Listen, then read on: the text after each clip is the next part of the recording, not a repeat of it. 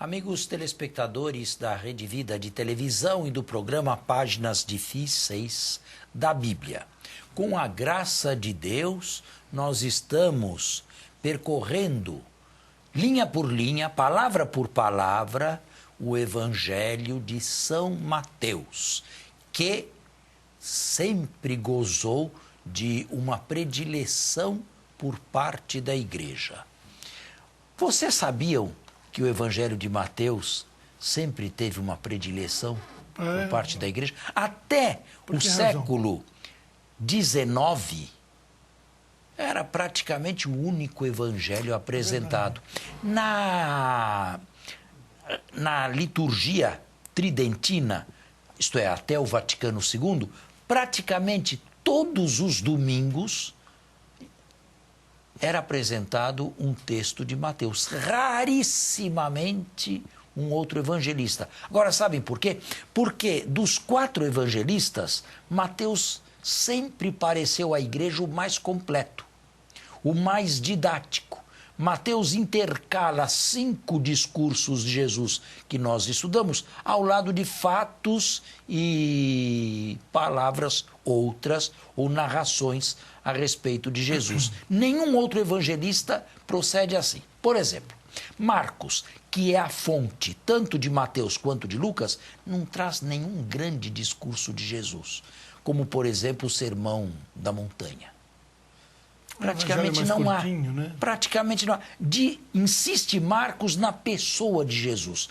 Falava como quem tinha autoridade. Ficavam estupefactos, mas não traz o conteúdo.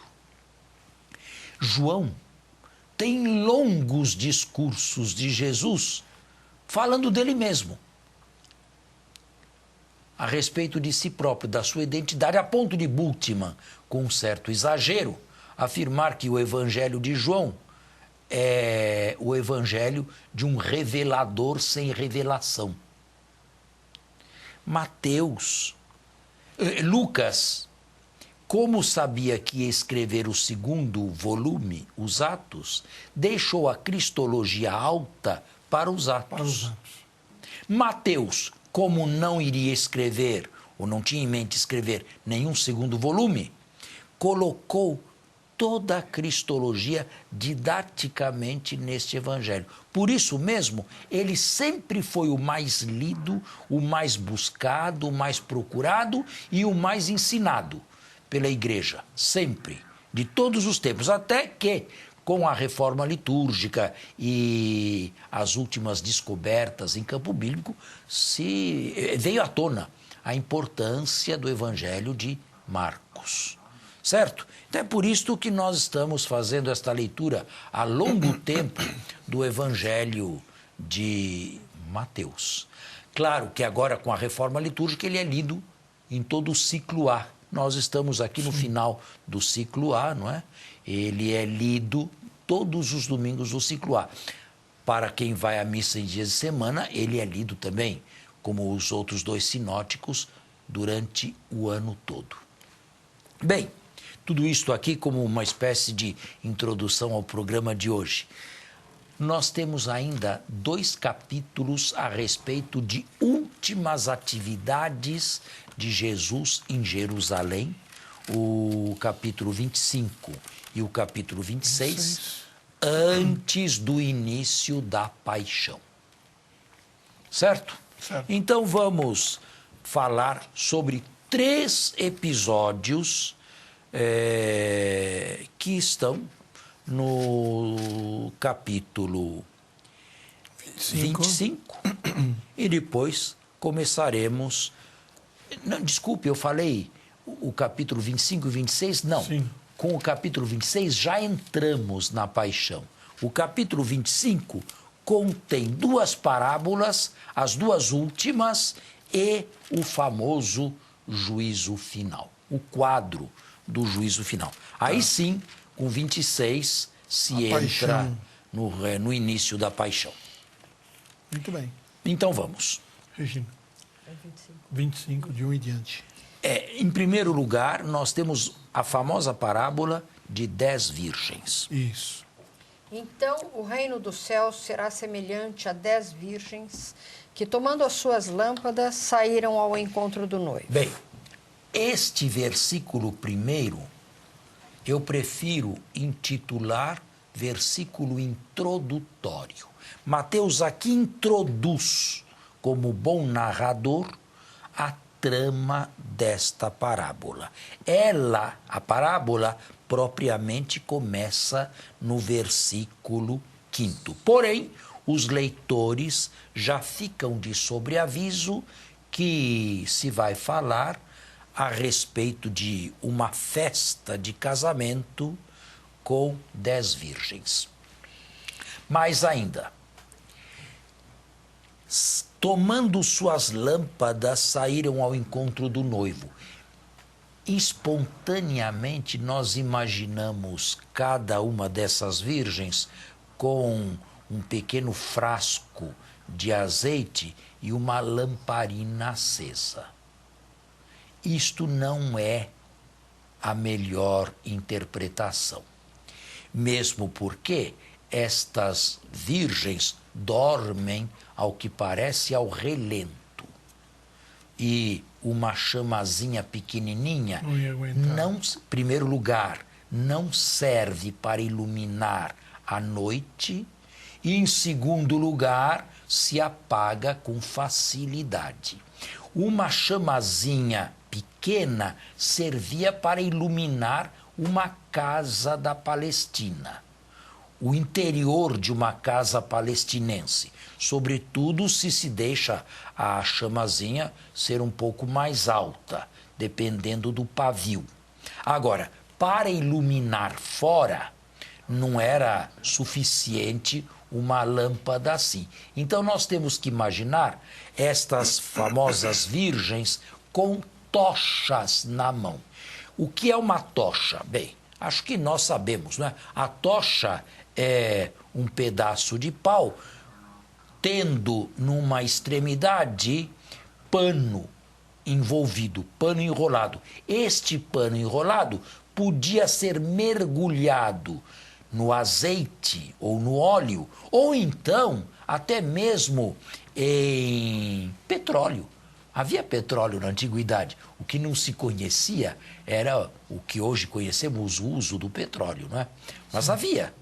E se podia mergulhar isto aqui, e aí saía uma chama grande, e com esta chama grande, aí sim se ilumina o exterior e se ilumina a noite também. E em Roma se usavam muito estas tochas para iluminação noturna. Elas talvez não tenham a mesma duração no tempo que a outra lâmpada, mas iluminam bem mais. Vamos lá. Agora vem o texto. 5 eram insensatas e 5 prudentes. 5 destas mulheres eram ajuizadas e 5 sem juízo. As insensatas, ao pegarem as lâmpadas, não levaram azeite consigo, enquanto as prudentes levaram vasos de azeite com suas lâmpadas. Ou seja, todas estão juntas. As 10 estão juntas. E aqui é preciso explicar uma festa de casamento na Palestina. Nós vamos fazer o nosso intervalo e voltamos a seguir.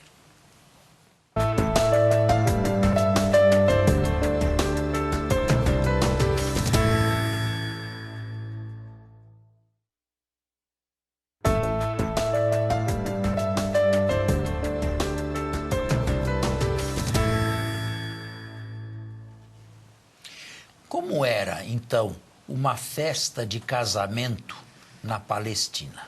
Isto variava de lugar para lugar. Como era uma festa de casamento na Galileia, ou seja, no norte da Palestina?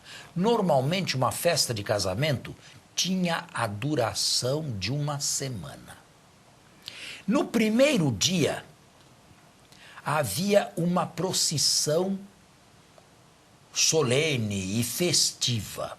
O noivo, acompanhado de donzelas, ia até a casa da noiva e trazia a noiva para a sua própria casa. Era uma espécie de procissão. Alegre, festiva, com cânticos, e era acompanhado de donzelas. São essas famosas virgens aqui. Agora, todo o povoado era convidado para as festas, ou seja, para uma festa que durava uma semana. Hoje nós não temos mais esse tipo de coisa, mas em compensação temos lua de mel. Os que casam fazem lua de mel.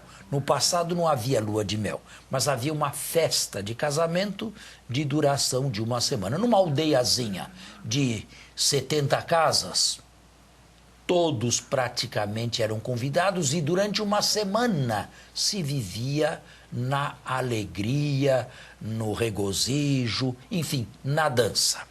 O texto fala do primeiro dia e desta procissão solene. O noivo, acompanhado da noiva e destas donzelas, vai em cortejo para a sua própria casa. Podemos imaginar que seria o primeiro dia da festa de casamento.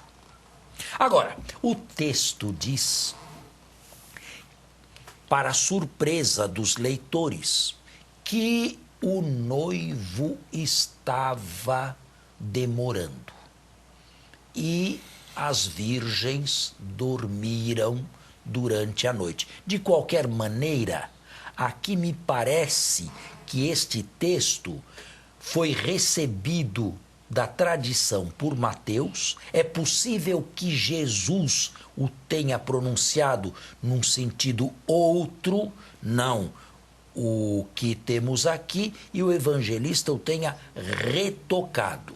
De qualquer maneira, vamos continuar a leitura e eu faço as intervenções necessárias. Atrasando o noivo, todas elas acabaram cochilando e dormindo. Atrasando o noivo, todas dormiram, tanto as prudentes quanto as insensatas. Isto, e dormir não é aqui nenhum mau presságio. Se se tem sono, se pode dormir. Quando foi aí pela meia-noite, ouviu-se um grito. O noivo vem aí, saí ao seu encontro. Todas as virgens levantaram-se então e trataram de aprontar as lâmpadas. As insensatas disseram às prudentes: dai-nos do vosso azeite, porque as nossas lâmpadas estão se apagando. Bem, aqui fazemos também mais um intervalo. Como seria esta parábola na boca original de Jesus? Eu acredito que, originariamente, Jesus não tenha ido muito além daquilo que está escrito em Marcos, capítulo 2. Ele se comparou ao esposo e o tempo que passou entre nós como um tempo de núpcias. Podem os convidados às núpcias, durante a festa, fazerem jejum quando o noivo está com eles? Absolutamente não. Tempo de festa não é tempo de jejum. É possível, porém, que o noivo lhe seja arrancado. Então, naquele dia, jejuarão. De qualquer maneira, ao que tudo indica, originariamente esta parábola, na boca de Jesus, sublinho, não na de Mateus, queria dizer isto: existe uma festa, existe uma grande festa, ou seja, Deus resolveu realizar um grande banquete messiânico com a humanidade, e é preciso que cada convidado tome cuidado para não perder essa chance. Que cada convidado tome cuidado e faça o possível para não ficar de fora do festim. Se esta foi a intenção inicial de Jesus e a sua visão originária, a parábola não era, na sua boca, originariamente, uma parábola escatológica, mas era uma parábola cristológica, ou seja, o reino está presente, o reino de alguma maneira está aqui, a festa está preparada, os convidados estão sendo chamados, cada um se apresse para que não fique de fora da festa.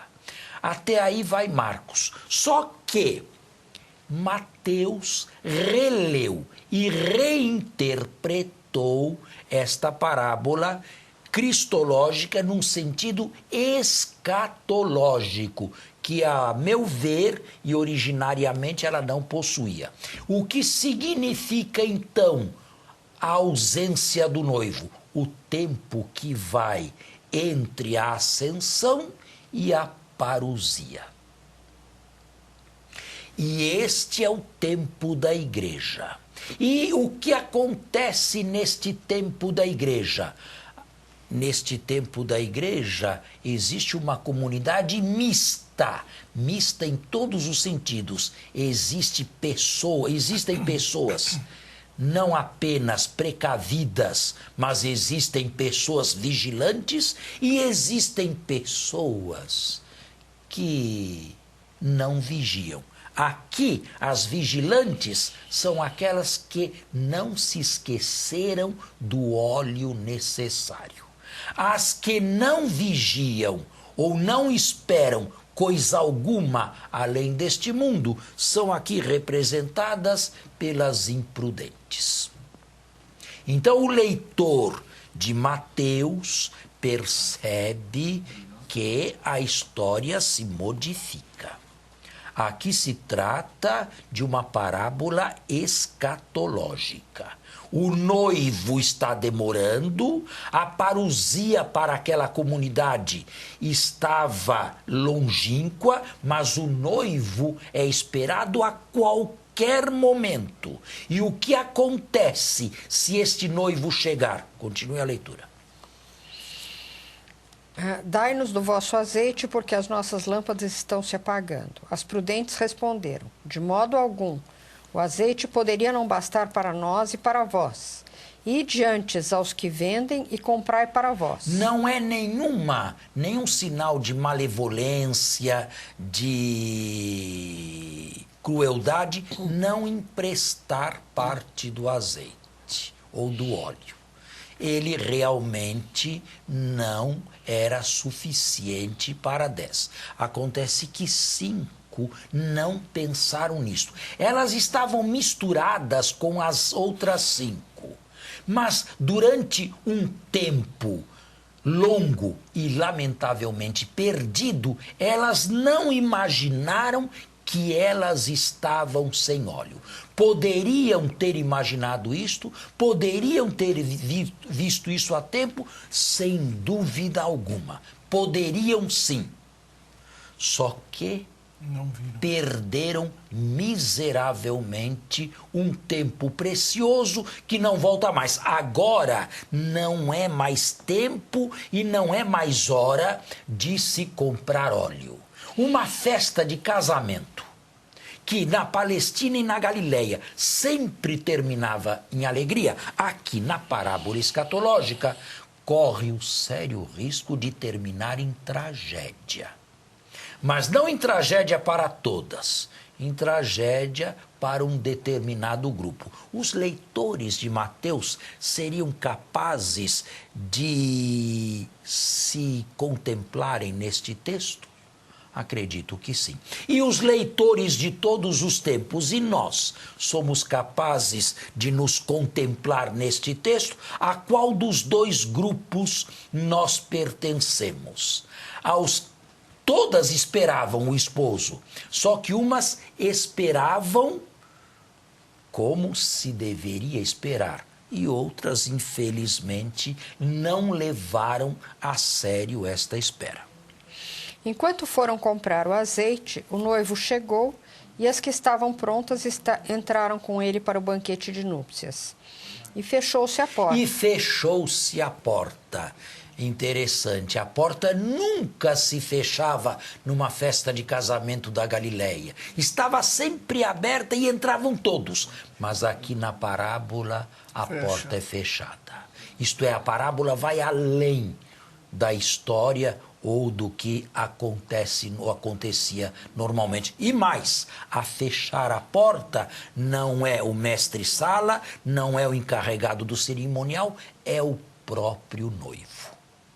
Nós vamos ter que encerrar por hoje, mas na semana que vem continuamos esta parábola famosa.